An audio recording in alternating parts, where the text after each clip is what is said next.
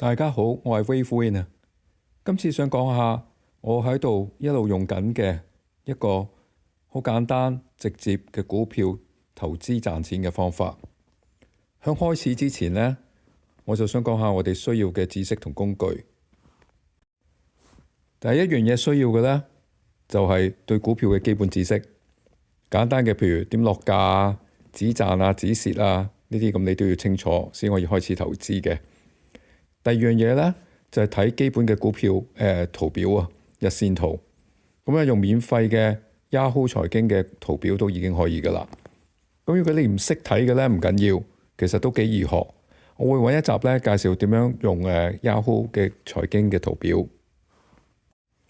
第三樣嘢都幾緊要嘅，就係一啲錢啦，即係我哋嘅本錢本金。需唔需要好多呢？其實都唔係好需要太多嘅。以港幣嚟計啦，1萬啊、幾千蚊啊，其實都可以開始噶啦。第四樣嘢其實仲緊要過錢，就係呢紀律啊。點解紀律咁緊要呢？因為呢，你有咗紀律呢，你先要用一啲system 啦，或者方法。咁呢啲 system 同方法呢，俾到你最緊要嘅係信心啊。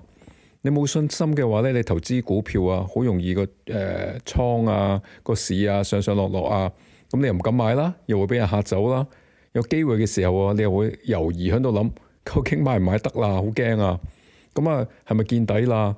亦都你放嘅時候啊，要賺錢啦，你又會貪心喎，係咪仲會升價？係咪仲要賺多啲先走啊？